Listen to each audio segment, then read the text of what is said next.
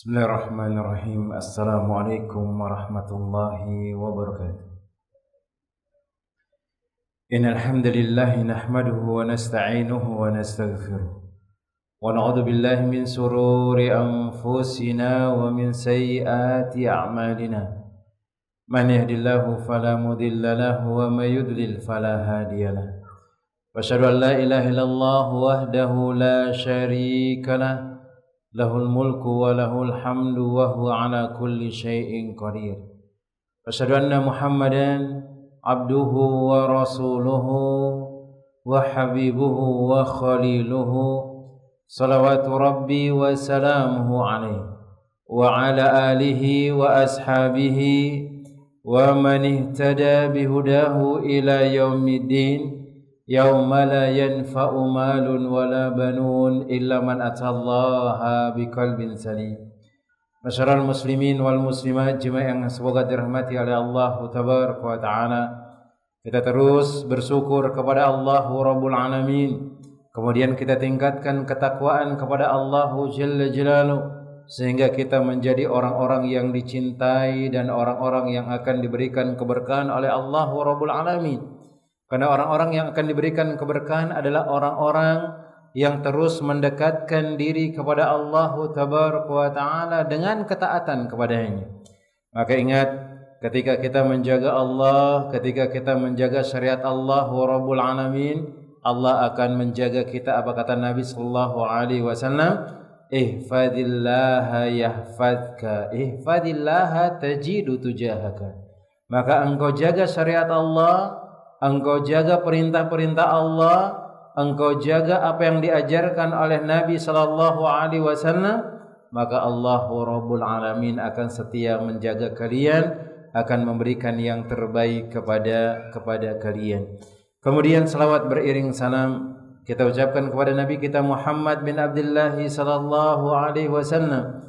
Allahumma salli wa sallim wa zid wa barik wa an'im ala sayyidina wa maulana Muhammad bin Abdullah sallallahu alaihi wasallam.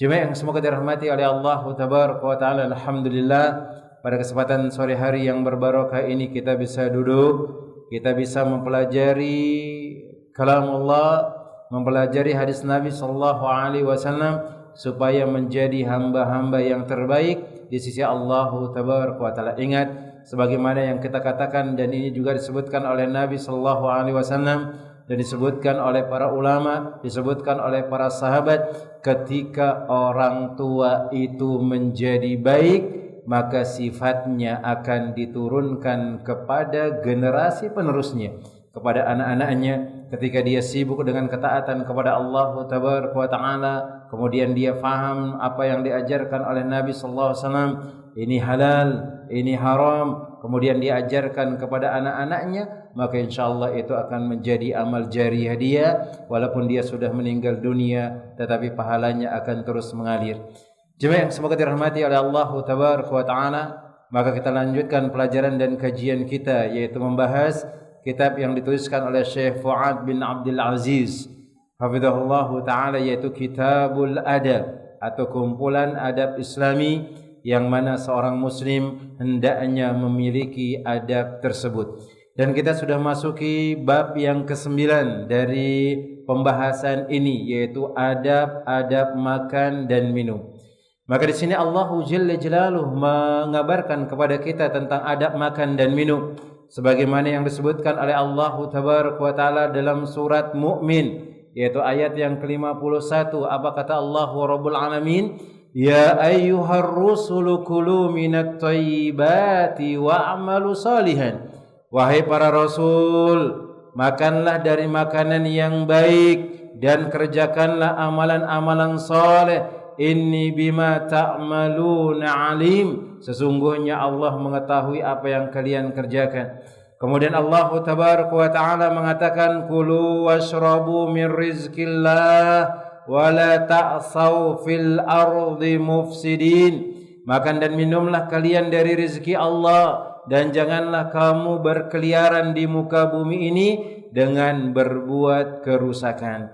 Maka jemaah yang semoga dirahmati oleh Allah Tabaraka wa Ta'ala, Allah Rabbul Alamin memerintahkan kita, memerintahkan Rasulnya untuk memakan makanan yang thayyib. Dan disebutkan oleh para ulama, tidaklah sesuatu itu thayyib kecuali ada dua syarat baginya.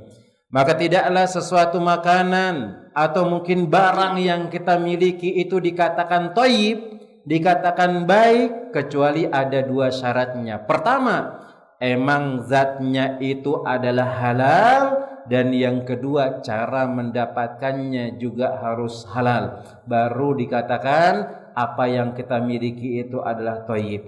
Ketika ada orang mungkin dia mengambil roti, maka zat dari roti ini adalah halal, tidak ada keharaman di sana, tidak dibuat dari daging babi dan yang lainnya halal. Cuman dia ambil dengan mencuri, maka roti itu bukanlah thayyib. Maka bisa jadi dia menjadi haram karena bukan zatnya, tapi karena cara mendapatkannya adalah dengan yang haram. Begitu juga sebaliknya, ada orang membeli daging babi misalnya dengan duit dia sendiri. Dengan duit dia sendiri adalah sesuatu yang thayyib, adalah sesuatu yang terserah dia membeli dengan duitnya sendiri, bukan ngerampok, bukan menipu orang lain. Tetapi karena zat makanannya atau barang itu adalah barang haram, maka dia tidak dikatakan baik di sisi Allah Jalla Jalaluhu. Maka kita katakan lagi bahwasanya yang baik di sisi Allah, baik dari makanan, baik dari pakaian atau barang yang lainnya atau yang thayyib, adalah zatnya memang thayyib, yaitu halal, bukan dari barang yang haram. Kemudian yang berikutnya, cara mendapatkannya juga dengan cara yang halal. Kenapa harus mencari makanan dari barang yang halal, jemaah? Karena Nabi Shallallahu Alaihi Wasallam mengabarkan kepada kita, orang-orang yang sulit dibantu oleh Allah, orang-orang yang dilupakan oleh Allah Rabbul Alamin adalah orang-orang yang memenuhi tubuhnya dengan barang yang haram, memenuhi tubuhnya dengan minuman yang haram, memenuhi tubuhnya dan menutupi tubuhnya dengan barang-barang yang haram, jemaah. Sebagaimana Nabi Shallallahu Alaihi Wasallam menyebutkan, summa dzakara rajula ash'asha akbara yamuddu yadayhi ila sama faqala ya rabbi ya rabbi ya rabbi famat'amuhu haramun wa mashrabuhu haramun wa malbasuhu haramun wa ghudhiya bil haram fa anna yustajabu lah. Nabi sallallahu alaihi wasallam menyebutkan ada seorang laki-laki yang dia melakukan yutilus safaro, dia melakukan safar. Maka dalam hadis ini ada di antara sifat-sifat atau mungkin tata cara orang berdoa yang dia pasti akan dikabulkan doanya. Pertama, dia lagi safar. Ini doa orang safar ini makbul, jemaah. Antum kalau lagi safar, kemudian kaum muslimat kalau lagi safar, jangan pelit untuk berdoa. Doa untuk kita, doa untuk anak kita, doa untuk suami kita, doa untuk istri kita, kehidupan dunia yang baik, akhirat yang baik, silakan. Karena Nabi Shallallahu Alaihi Wasallam menyebutkan doa orang musafir itu adalah mustajab. Kemudian yang berikutnya adalah ash'asa akbaro yamuduhi ilaihi sama. Apa yang disebutkan oleh para ulama? Dia sangat butuh pertolongan kepada Allah. Karena memang doa itu harus butuh, bukan hanya sekedar main-main. Dan ini pernah kita sebutkan, orang berdoa itu kayak seperti orang memanah, sebagaimana yang disebutkan oleh Al-Imam Ibnul Qayyim rahimahullahu ta'ala dalam kitabnya Ad-Da'u wad-Dawa atau Al-Jawabul Kafi liman sa'ala an dawa'i syafi. Beliau mengibaratkan orang lagi memanah, ada sasarannya, ada busur panahnya, ada kekuatan ketika dia menarik busur panah tersebut, kebutuhannya kepada Allah tabaraka wa ta'ala. Apalagi dia safar, rambutnya acak-acakan, bajunya kusut, dia butuh hanya kepada Allah tabaraka wa ta'ala. Kemudian dia mengatakan, ya Rabb, ya Allah, kabulkanlah ya Allah. Dia bertawasul dengan nama Allah tabaraka wa ta'ala. Cuman sayangnya dia sudah melakukan apa yang dia harus lakukan dalam berdoa supaya dikabulkan doanya. Sangat disayangkan, famat'amuhu haramun, makanannya haram, wa mashrabuhu haramun, minumannya haram, wa malbasuhu haramun, pakaiannya pun dari hasil nyuri, dari hasil menggosok, dari hasil mengambil barang orang lain. kemudian wa ghudhiya bil haram, bahkan tubuhnya menjadi tumbuh, dia besar dari barang-barang yang haram, fa anna yustajabulah, maka bagaimana Allah akan mengabulkan doanya. Maka di antara sebab doa kita ini tertahan dan tidak dikabulkan oleh Allah Jalla Jalaluhu, makanan yang haram, minuman yang haram, kemudian pakaian yang haram, kemudian kita besar dengan hal-hal yang diharamkan oleh Allah Tabaraka wa Ta'ala. Kemudian jemaah yang semoga dirahmati oleh Allah Jalla Jalaluhu, di antara adab makan yang disebutkan dari hadis Nabi sallallahu alaihi wasallam adalah ucapan Nabi sallallahu alaihi wasallam kepada seorang anak kecil yang makan dengan Nabi sallallahu alaihi wasallam. Apa kata beliau? Ya gulam sammillah wa kul bi yaminika wa kul mimma yalika. Wahai anak kecil, makanlah dengan mengucapkan basmalah. Maka ini perintah Nabi SAW, kalau makan itu ucapkan bismillah. Kemudian makan dengan tangan kanan, enggak boleh dengan tangan kiri. Karena Nabi SAW mengatakan inna syaitan ya'kulu wa yashrabu bisimalihi, sesungguhnya setan itu makan dan minum dengan tangan kiri. Maka kita diperintahkan untuk makan dan minum dengan tangan kanan. Kemudian wakul mimma yadika, dan makanlah apa yang ada di dekatmu. Lagi makan barang-barang sama yang lainnya, maka hendaknya kita makan yang di dekat kita. Kecuali kalau memang dia enggak sama menunya, maka minta tolong supaya diambilkan. Jangan sampai ngangkat tangan ke sana kemari, ke sana kemari.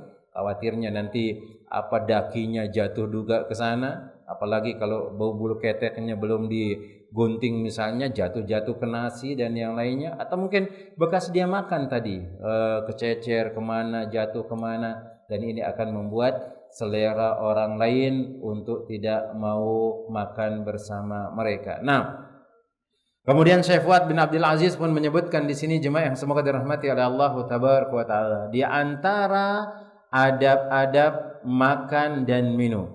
Maka yang pertama kata beliau, tidak boleh makan dengan menggunakan bejana emas dan perak. Ini enggak boleh. Kenapa enggak boleh? Karena Nabi SAW melarang hal tersebut. Apa sih alasannya? Dan seandainya pun kalau kita enggak tahu alasan, sebenarnya enggak jadi masalah. Di antara alasan yang disebutkan oleh para ulama, biasanya yang makan dengan emas dan perak itu adalah orang-orang yang sombong, yang dia pengen menyaingi orang lainnya, yang dia menganggap bahwa dirinya adalah orang yang paling banyak hartanya. Dan jelas orang-orang sombong itu kata Allah Jalla Jalaluhu, fi darki asfali minan nar, dia akan dicampakkan ke dalam kerak api neraka jahanam. Nah, maka beliau mengatakan beberapa hadis menyebutkan ancaman yang amat keras bagi seorang yang makan dengan menggunakan bejana dari emas dan perak, atau makan dari piring yang terbuat dari emas dan perak.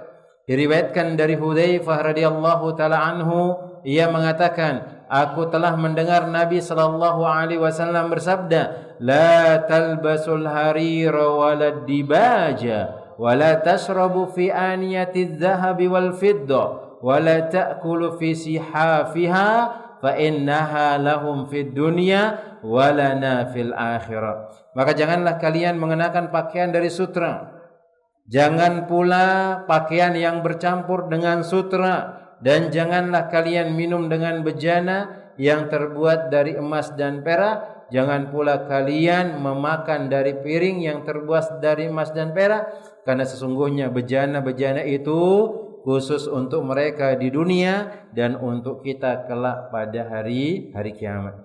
Dan disebutkan jemaah yang semoga dirahmati oleh Allah Tabaraka wa Ta'ala oleh para ulama tentang masalah hadis ini.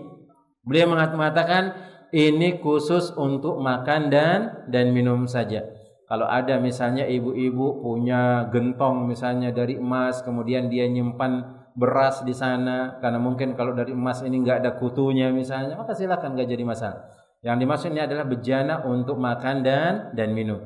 Kemudian disebutkan oleh Ummu Salamah, istri Nabi sallallahu alaihi wasallam, beliau mengatakan alladzi yashrabu fi ina'il fidda innama yujarjiru fi batnihi nar jahannam. Seseorang yang minum dari bejana perak dan sesungguhnya di perutnya itu diperdengarkan suara api neraka jahanam. atau seorang yang dia minum dengan bejana perak, maka sungguh akan dipanaskan di dalam tubuhnya itu, di dalam perutnya itu api neraka jahanam. Kemudian para ulama sepakat tentang tidak bolehnya makan dan minum dari bejana tersebut, dan tidak ada pun satu nas yang menerangkan sebab dari larangan ini, walaupun tidak kita tahu sebabnya apa. Tapi sebagian para ulama mengatakan karena itu di antara sifat orang sombong, yang dia pengen terlihat keren, yang dia pengen terlihat lebih berharta daripada orang yang lainnya. Nah, kemudian jika seorang muslim telah mengetahui suatu dalil dari Al-Quran, kemudian as-sunnah yang sahih, maka tidak sepantasnya ia melarangnya walau sekecil apapun.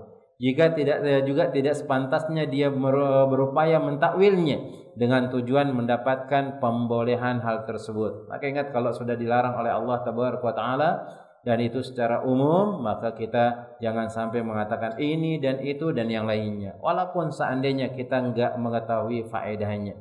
Karena seorang muslim yang sejati, kata Allah Taala, ketika Allah Rabbul Alamin dan Rasulnya memerintahkan dia suatu perintah, laisa lahumul khiyar, tidak ada pilihan bagi kita. Karena kadang-kadang kita Masya Allah jemaah, kalau diperintahkan suatu perintah, oh tidak harus seperti ini, seperti contoh misalnya berjilbab. Itu perintah Allah dan Rasulnya, wajib berjilbab. Tapi kita mengatakan, oh jilbab, oh hati saya belum berjilbab, oh saya masih banyak melakukan perbuatan maksiat, maka enggak boleh seperti itu. Itu perintah Allah. Allah yang ngasihkan engkau kehidupan, Allah yang memberikan engkau rizki, Allah yang membuat keluarga engkau berbahagia, Allah yang membuat dan menciptakan anak-anak untuk kalian dan yang lainnya. Maka laisa lahumul khiyar, tidak ada pilihan. Kalau sudah diperintahkan kita untuk menutup aurat, wajib hukumnya kita melakukan hal tersebut. Kenapa kalau ada orang atau misalnya suami yang memerintahkan kita taat kepada dia? Kenapa zat yang menciptakan suami itu kita tidak taat kepadanya?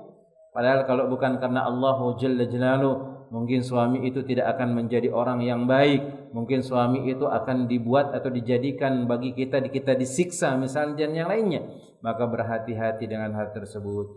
Jangan kita mencari alasan untuk meninggalkan perintah Allah Tabaraka wa Ta'ala, apalagi itu sudah dijelaskan. Nah, kemudian yang berikutnya jemaah yang semoga dirahmati oleh Allah Tabaraka wa Ta'ala, beliau mengatakan, para ulama telah mengupas hikmah yang terkandung dari larangan ini, dan mereka berbeda pendapat. Di antara hikmah larangan ini adalah menyerupai penguasa-penguasa yang angkuh dan raja-raja asing, sikap berlebihan dan sombong, karena akan menyakiti hati orang-orang yang soleh, kaum fakir miskin, tidak memiliki sesuatu untuk memenuhi kebutuhan mereka. Demikian yang dikatakan oleh Ibnu Abdul Bar rahimahullahu ta'ala. Maka kita katakan itu kebiasaan orang-orang sombong, orang-orang angkuh, yang dia supaya kelihatan seperti orang-orang yang kaya. Maka ingat, tidak ada lain kecuali azab Allah Tabaraka wa Ta'ala yang akan mereka dapati. Nah, karena dia berlebih-lebihan, dia membuat bejana dari emas, dia membuat piring dari emas, karena memang dia berbangga dengan hal tersebut. Bagaimana kalau sekadar kuningan, Ustaz? Ya silakan, yang penting dia bukan emas dan perak. Yang penting dia bukan emas dan perak. Nah, kemudian faedah di sini Al-Ismaili mengatakan, sabda beliau, dan untuk kalian di akhirat, dalam satu riwayat, maksudnya adalah kalian akan menggunakannya sebagai penyeimbang, pengganti karena telah meninggalkannya. Karena biasanya atau disebutkan oleh Allah Tabaraka wa Ta'ala dan Rasulnya, hal-hal yang diharamkan di kehidupan ini kelak akan dihalalkan pada hari kiamat. Ada beberapa, tidak semuanya. Nah, masa yang di dunia ini diharamkan membunuh, nanti di akhirat membunuh enggak? Nah, ada beberapa yang tidak dibolehkan di dunia, tetapi nanti akan digantikan di akhirat oleh Allah Jalla Jalaluhu sebagai hadiah bagi kita karena kita meninggalkannya di dunia. Dan dilarangnya mereka sebagai balasan bagi mereka karena kemaksiatan mereka dengan menggunakannya, yaitu di dunia. Kemudian disebutkan oleh Ibnu Hajar, beliau mengatakan ada kemungkinan hadis di atas mengisyaratkan bahwa siapa saja yang menggunakannya di dunia maka dia tidak akan menggunakannya di akhirat, sebagaimana yang telah disebutkan dalam pembahasan minum khamar. Minum khamar hukumnya haram, tapi nanti di akhirat akan diberikan kita untuk sepuasnya minum khamar tersebut. Bahkan disebutkan oleh Nabi sallallahu alaihi wasallam, orang-orang yang soleh yang beriman kepada Allah tabaraka wa taala dan rasulnya, hari kiamat dan yang lainnya, maka dia akan dibangunkan di atas sungai yang mengalir sungai di bawahnya. Akan dibangunkan dia rumah, di bawahnya mengalir sungai-sungai, dan disebutkan di antara sungai itu adalah sungai khamar. Kemudian ada sungai yang dia rasanya madu, kemudian ada sungai yang rasanya adalah air susu. Itu adalah keutamaan bagi orang-orang yang terus beriman kepada Allah tabaraka wa taala dan mendekatkan dirinya kepada Allah jalla jalaluhu. Ini yang pertama. Tidak menggunakan bejana yang terbuat dari emas dan perak. Kemudian yang kedua, jemaah yang semoga dirahmati oleh Allah jalla jalaluhu, di antara adab dan makan atau dan minum yang diajarkan oleh Nabi SAW, larangan makan sambil bertelekan atau melungkupkan wajah, yaitu maksudnya bersandar. Nanti akan disebutkan baik bersandar dengan tangan atau dia bersandar dengan tembok. Karena ini juga disebutkan seperti makannya orang-orang yang sombong orang sombong. Kalau orang sombong itu biasanya kayak seperti bersila, kemudian dia angkat kaki kanannya, kemudian dia bersandar di tembok sambil makan, seperti itu. Maka beliau mengatakan, Abu Juhaifa meriwayatkan, ia berkata, aku pernah berada di sisi Rasulullah sallallahu alaihi wasallam. Maka beliau bersabda kepada orang yang ada di sampingnya, tidaklah sekali-kali aku makan sambil bertelekan. Kemudian disebutkan oleh Ibnu Hajar, jemaah yang semoga dirahmati oleh Allah jalla jalaluhu, para ulama berselisih pendapat tentang cara bertelekan ini. Di antara mereka mengatakan bersandar ketika makan dan posisi bagaimanapun, ini bersandar ini dilarang. Ada yang berpendapat juga menyerongkan ke salah satu sisi tubuhnya. Ada yang berpendapat duduk bertumpu dengan tangan kirinya di atas tanah. Kemudian ia pun mengatakan, Ibnu Adi meriwayatkan dengan sanad yang dhaif bahwa Nabi sallallahu alaihi wasallam melarang seorang duduk bersandar dengan tangan kirinya ketika dia makan. Malik berkata ini termasuk salah satu bentuk bertelekan. Saya Ibnu Hajar berkata, dan ini adalah isyarat dari Imam Malik tentang makruhnya setiap posisi termasuk dalam kategori bertelekan ketika makan dan tidak mengkhususkannya dengan posisi tertentu. Kemudian disebutkan pula oleh Ibnu Hajar, beliau mengatakan, dan jika merupakan sesuatu atau suatu ketetapan bahwa keadaannya makruh atau menyalahi amalan yang utama, maka posisi duduk yang sunnah ketika makan dengan duduk berjingkat pada lutut dan menegakkan tumit, melipat kaki kanan dan duduk di atas kaki kiri. Kayak orang seperti duduk iftiras tapi kaki kanannya diberdirikan. Ini bisa mungkin dihayalin. Dia duduk kayak duduk iftiras, duduk tasyahud awal, kemudian didudukin kakinya, yaitu tasyahud awal sudah. Kemudian kaki kanannya itu berdiri. Yang biasanya sering kita lihat ya orang-orang kalau lagi makan seperti itu, atau dilihat nanti di internet juga akan didapati hal tersebut. Dan santri biasanya sering makan seperti itu, apalagi kalau makan di nampan, kita bersila itu susah bersila. Maka posisi seperti itu ternyata itu yang diajarkan oleh Nabi sallallahu alaihi wasallam, dan beliau mengatakan ini penjelasannya ini di Fathul Bari, posisi yaitu menegakkan kaki kanan dan duduk di atas kaki kiri, diriwayatkan oleh Abul Hasan Al-Mukri dalam Asy-Syama'il dari hadis beliau Abu Juhaifa, apabila beliau duduk maka beliau melipat lututnya dan yang kiri dan menegakkan kaki kanan. Nah, sanadnya dhaif disebutkan di sini, tapi disebutkan ini adalah yang diajarkan oleh Nabi sallallahu alaihi wasallam. Dan makruhnya posisi duduk seperti ini karena merupakan posisi duduk orang penguasa yang angkuh dan raja-raja negeri asing, juga merupakan posisi duduk orang-orang yang ingin memperbanyak makanan. Ini enggak boleh bertelekan, ini enggak boleh. kayak bersandar, bertumpu dengan tangan dan yang lainnya.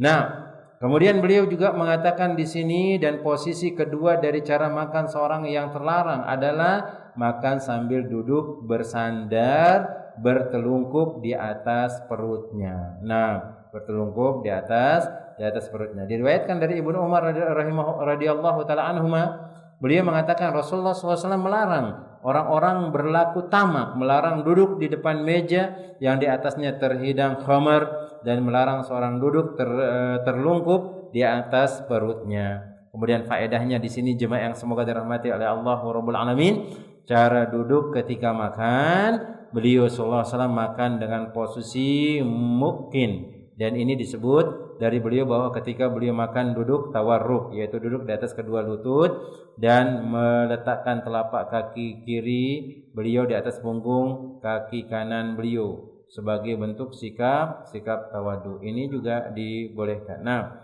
kemudian supaya rendah diri terhadap Allah Taala, demikian yang dikatakan oleh Imam Ibnul Qayyim rahimahullahu taala.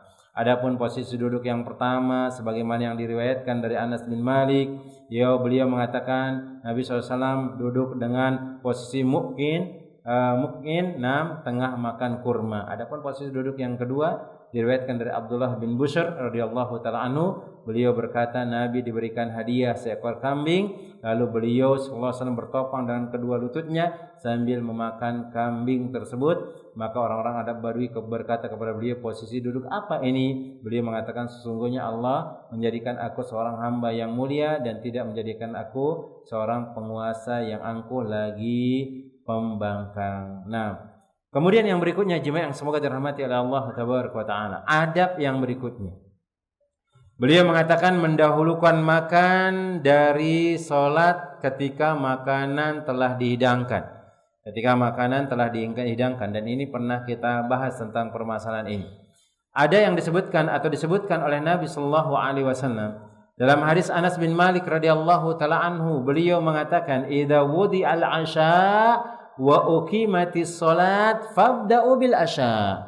Kalau makanan sudah dihilangkan, kemudian salat telah didirikan, maka hendaklah kalian memulai makanan. Ada menyebutkan ada syaratnya, kata para ulama. Ada syaratnya, karena terkadang setiap hari itu makanan di atas meja. Setiap hari itu dihidangkan sudah makanan di sana, di atas meja. Mau dia pagi, mau dia siang, mau dia sore, dihidangkan semuanya. Maka apa di antara syarat-syarat yang disebutkan oleh para ulama? Syaratnya ada dua, kata beliau. Pertama, makanan itu bisa dimakan. Yang kedua, karena dia memang butuh dengan makanan tersebut. Ini diberikan syarat. Karena enggak semua nanti kalau makanan dia lagi jualan nasi padang misalnya. Nah, dia yang jualan setiap lagi sholat, ya makan dulu dia. Enggak datang sholat dia ke masjid. Enggak mengerjakan sholat, dahulukan makan dulu sebelum sholat. Maka ini adalah salah. Maka disebutkan oleh para ulama, dia butuh dengan makanan tersebut. Kemudian makanan itu bisa dimakan. Bisa dimakan apa? Tidak terlalu panas. Kalau mau makan makanan yang panas, Masya Allah, enggak bisa kita makan.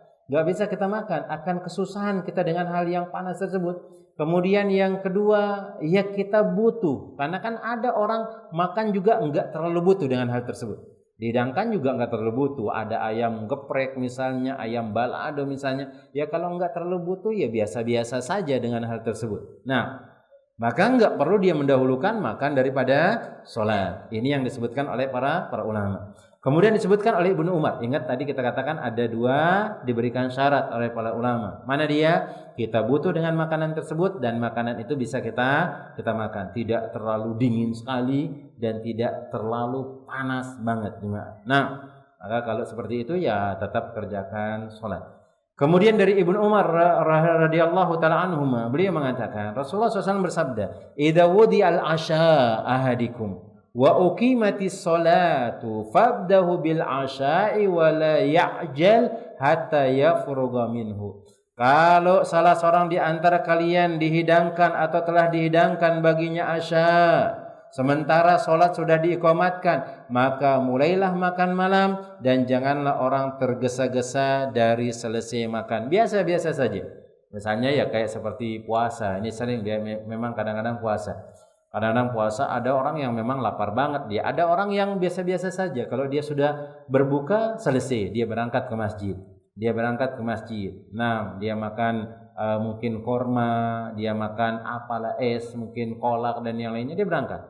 Dia berangkat cuma sekedar membasahi kerongkongannya, dia sudah merasa kuat. Tapi kalau memang dia sangat butuh, maka boleh dia tidak datang ke masjid, dia selesaikan dengan hal tersebut. Dia makan.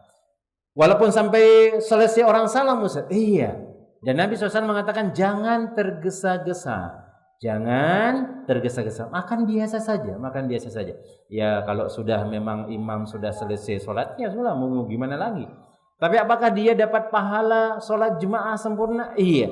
Karena kenapa? Karena biasanya dia akan sholat berjemaah. Ternyata suatu ketika dia terhalang dengan makanan yang sudah dihidangkan dan dia sangat butuh sekali dengan makanan tersebut. Kemudian dia makan, maka tetap pahala sempurna sholat berjamaah dia dapati walaupun dia mungkin sholat di masjid di rumahnya.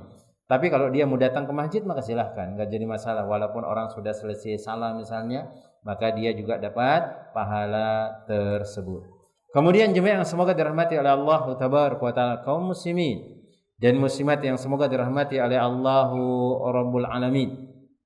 Maka dan apabila makan malam telah dihidangkan, kata Ibnu Umar radhiyallahu taala anhuma, sementara waktu sholat telah tiba, beliau tidak beranjak dari makan malamnya sehingga menyelesaikannya. Ini Ibnu Umar. Bahkan disebutkan dalam riwayat yang lainnya sampai imam itu udah membaca-baca ayat.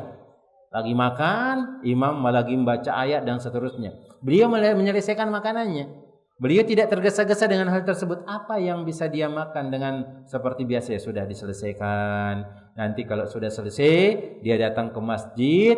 Faman adraktum fasallu wa man fatakum fa'atimmu. Apa yang kalian dapati kalau memang tinggal 2 rakaat ya sudah. Nanti yang sisanya itu tinggal disempurnakan. Nah, kemudian disebutkan oleh Imam Ahmad, beliau meriwayatkan dalam musnadnya dari Nafi' bahwa Ibnu Umar sering mengutusnya sementara ia tengah puasa. Lalu di sini disebutkan lalu makan malam dihidangkan. Lalu makan malam dihidangkan kepadanya sementara azan maghrib telah dikumandangkan. Kemudian iqamat salat diserukan dan ia mendengarnya, namun ia tidak meninggalkan makan malamnya dan tidak pula tergesa-gesa hingga ia menyelesaikan makan malamnya. Kemudian ia keluar untuk mengikuti salat. Setelah ia berkata, Nabi SAW bersabda, la ta'jilu an asyaikum idza kuddima ilaikum. Janganlah kalian tergesa-gesa menyantap makan malam kalian apabila telah dihidangkan bagi kalian. Alasannya agar jangan sampai seorang mengerjakan sholat akan tetapi hatinya teringat pada makan malamnya sehingga ia menjadi risau dan menghilangkan kekhusyuannya. Apalagi lagi lapar, Masya Allah. Ini lagi lapar banget nih. Kebetulan tadi ada sate misalnya 2. Sate kepikiran nih sate favoritnya ini, belum ada anak-anaknya banyak, lagi sholat kepikiran dimakan sama anaknya, dimakan sama kucing lah, dimakan sama apa, nggak tenang dia. Apalagi adalah makanan favoritnya dan dia sangat lapar lagi seperti itu. Maka akan mengganggu kekhusyuannya sholat jemaah, akan mengganggu kekhusyuannya dalam sholat. Kemudian disebutkan oleh Ibnu Hajar, jemaah yang semoga dirahmati oleh Allah Tabaraka wa Ta'ala, Sa'id bin Mansur dan Ibnu Abi Syaibah meriwayatkan dengan sanad hasan dari Abu Hurairah dari Ibnu Abbas radhiyallahu taala anhum bahwa keduanya telah tengah menyantap makanan di pemanggangan. Lalu muadzin hendak menyerukan iqamah salat, maka Ibnu Abbas berkata, janganlah engkau tergesa-gesa agar kami tidak berdiri mengerjakan salat sementara dalam hati kami ada ganjalan. Dan dalam riwayat Ibnu Asy-Syaibah disebutkan agar tidak memalingkan hati kami di saat mengerjakan sholat. Dan bahkan kita juga ya kalau puasa biasanya di pondok pesantren itu jangan cepat-cepat iqamahnya. Jangan cepat-cepat iqamahnya karena kasihan kita ngelihat santri itu baru mau makan iqamah. Woi, cepat sekali ya makan di nampan itu. Bahkan ada yang sampai bawa nampan jatuh-jatuh di jemaah. Nah, kasihan dia. Bahkan yang nasi seharusnya dikunyah beberapa kali itu langsung ditelan jemaah. Keselak dia. Memang seperti itu. Memang seperti itu. Nah, itu yang diajarkan oleh Nabi Shallallahu Alaihi Wasallam. Dan perintah ini tidak sebatas pada makan malam saja. Bahkan di setiap makan yang mana hati kita tertarik untuk menyantapnya, dalil yang menguatkan bahwasanya Nabi SAW melarang dikerjakannya solat ketika makanan telah dihidangkan. Juga ketika menahan kencing dan menahan buang air besar. Ini juga wala yudafi'u al-akhbasan. Atau disebutkan di sini la salata bi hadrati ta'am wala huwa yudafi'uhu al-akhbasan. Maka tidak ada solat bagi orang yang dihadirkan makanan. Kita sebutkan lagi, disebutkan oleh para ulama dua syaratnya, yaitu makanan itu bisa dimakan, tidak panas sekali. Kemudian yang kedua, karena memang kita butuh dengan makanan tersebut. Karena kita katakan banyak kita yang enggak terlalu butuh dengan makanan tersebut. Dihidangkan di meja makan, kita lihat, biasa-biasa saja. Sudah nanti selesai sholat, baru dia balik lagi. Maka ini aman saja. Tapi kalau dia sangat butuh, maka makan dulu, baru kerjakan sholat. Walaupun sholatnya selesai di masjid. Kemudian tidak boleh orang mengerjakan sholat pula kalau dia menahan dua hadas, yaitu buang air kecil dan buang air besar. Karena akan terganggu, Masya Allah. Ada orang yang biasanya mungkin jadi imamnya cepat.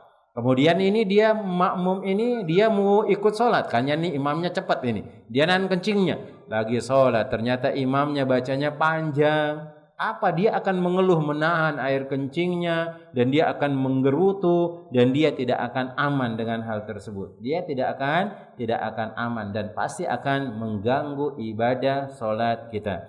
Maka silakan yang mau kencing dia kencing dulu baru dia mengerjakan sholat, masbuk tidak jadi masalah. Nah, karena bukan kita sengaja dengan hal tersebut. Kemudian dia juga mau buang air besar, maka silakan dia buang air besar supaya tidak terganggu amalan-amalan ibadah yang dia kerjakan. Karena kita diperintahkan supaya menghadap Allah Tabaraka wa Ta'ala kalau bisa itu tanpa gangguan sama sekali dan tanpa bisikan, apalagi dia lagi lapar atau menahan dua akhbas tersebut. Kemudian faedah jemaah yang semoga dirahmati oleh Allah Jalla Jalaluhu. Sebagian ulama menyatakan siapa yang memakannya telah dihidangkan kemudian iqamat salat diserukan, maka hendaknya dia makan beberapa suap untuk mengatasi rasa laparnya. Imam An-Nawawi membantah pendapat tersebut dan beliau mengatakan sabda Nabi SAW, dan janganlah seorang tergesa-gesa hingga menyelesaikan makan. Diselesaikan jemaah ya. Jangan hanya sesuap, dua suap kemudian ditinggalkan. Nanti kalau balik lagi, apalagi kalau sudah dia udah disiram pakai kuah, udah mengembang nasinya, enggak enak lagi. Maka akhirnya dibuang pula makanan tersebut. Sampai selesai kata Imam Nawawi. Nah, sampai selesai. Kemudian ada dalil yang menunjukkan bahwa ia menyelesaikan makanan sebagai kebutuhannya dengan menyempurnakannya. Dan ini adalah pendapat yang sahih. Adapun penafsiran sebagian ulama Syafi'iyah bahwa cukup baginya makan sesuap atau mengatasi rasa laparnya yang amat sangat bukanlah pendapat yang sahih, dan hadis ini jelas-jelas menolak pendapat tersebut. Kemudian ada permasalahan. Jika makanan telah dihidangkan sementara iqamat salat telah diserukan, apakah wajib makan terlebih dahulu berdasarkan zahir hadis di atas atau diperintahkan tersebut sebagai sebatas sunnah saja? Maka disebutkan di sini apa yang dilakukan oleh Ibnu Umar radhiyallahu taala anhu dalam riwayat Ahmad dan selainnya menunjukkan didahulukannya makanan secara mutlak, dan sebagian ulama mengkhususnya jika hati tertarik dan membayangkan makanan tersebut. Jika hatinya membayangkan makanan tersebut, maka lebih utama baginya adalah memakan makanan tersebut sehingga ia mengerjakan salat dalam keadaan khusyuk. Kemudian diriwayatkan juga dari Abu Darda radhiyallahu taala anhu. Dia berkata di antara bentuk pemahaman seseorang adalah dengan menyelesaikan hajahnya sehingga ia menuju salat dengan hati yang tenang. Pendapat yang tepat tentang masalah ini adalah yang disebutkan oleh Al-Hafidz Ibnu Hajar Al-Asqalani, di mana setelah mengutip asar Ibnu Abbas dan Al-Hasan bin Ali, yaitu makan malam sebelum mengerjakan salat akan menghilangkan hati yang tercela, yang mengatakan semua asar ini mengisyaratkan bahwa sebab didahulukannya makan daripada salat karena hati akan membayangkan makanan tersebut, maka sepatutnya lah hukum diikutkan kepada sebabnya, baik ketika sebab itu ada atau tidak, dan tidak terikat dengan seluruhnya atau sebagiannya. Nah, jemaah yang semoga dirahmati oleh Allah tabaraka wa taala, ini 3 adab tentang adab makan yang kita bahas dulu. Insyaallah nanti kita akan lanjutkan di perjumpaan yang berikutnya bismillah tabaraka wa taala. Kita ulangi lagi bahwasanya di antara kesimpulan yang kita sampaikan tadi, adab makan itu, dan ingat sebelum kita masuk ke adab-adabnya, makanan itu dikatakan thayyib itu dengan dua syarat. Pertama, zatnya itu thayyib, yaitu baik, halal. Kemudian cara mendapatkannya juga harus halal. Kemudian di antara adab yang diajarkan oleh Nabi SAW, tidak makan dengan bejana yang terbuat dari emas dan perak. Dan ini khusus untuk makan dan minum saja. Adapun kalau digunakan sebagai gentong nasi misalnya, bukan gentong nasi, gentong beras, bukan nasinya, beras, supaya mungkin tidak ada kutunya, atau dia pakai untuk nampung air misalnya di dalam kamar mandi misalnya, maka silakan, nggak jadi masalah, nggak ada yang ngelihat. Dan yang dikhawatirkan juga berbangga-bangga dengan hal tersebut. Kemudian larangan sambil bertelekan ketika dia makan dan melengkupkan wajahnya, yaitu dia tengkurap. Maka ini dilarang juga, tengkurap sambil makan sambil tengkurap. Ini ada larangan dari Nabi SAW. Kemudian bersandar di tembok, kemudian dia bertumpu dengan tangan kirinya, miring tubuhnya, sebagaimana yang disebutkan oleh para ulama, karena ini sifat-sifat orang yang sombong. Dan yang disunnahkan adalah dia duduk seperti dia duduk iftiras, yaitu tasyahud awal, kemudian dia berdirikan kaki kanannya.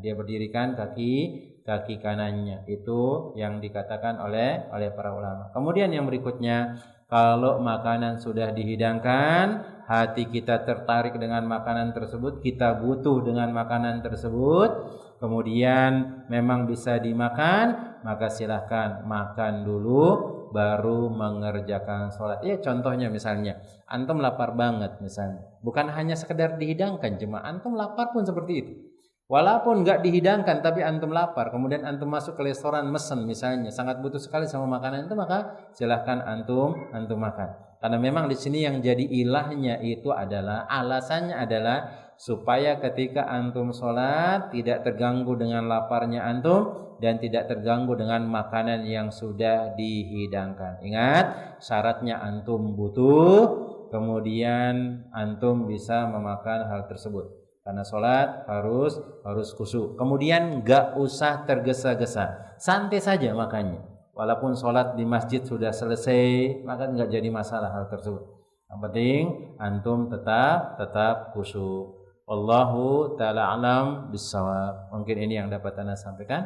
Sisanya mungkin kalau ada pertanyaan, tafadhol. Mungkin kita buka pertanyaan. Nah, jemaah yang semoga dirahmati oleh Allah tabaraka wa taala, karena enggak ada pertanyaan. Semoga Allah tabaraka wa taala terus memudahkan kita belajar, kemudian belajar tentang adab dan kriteria atau tata cara beribadah kepada Allah tabaraka wa taala yang diajarkan oleh Nabi sallallahu alaihi wasallam.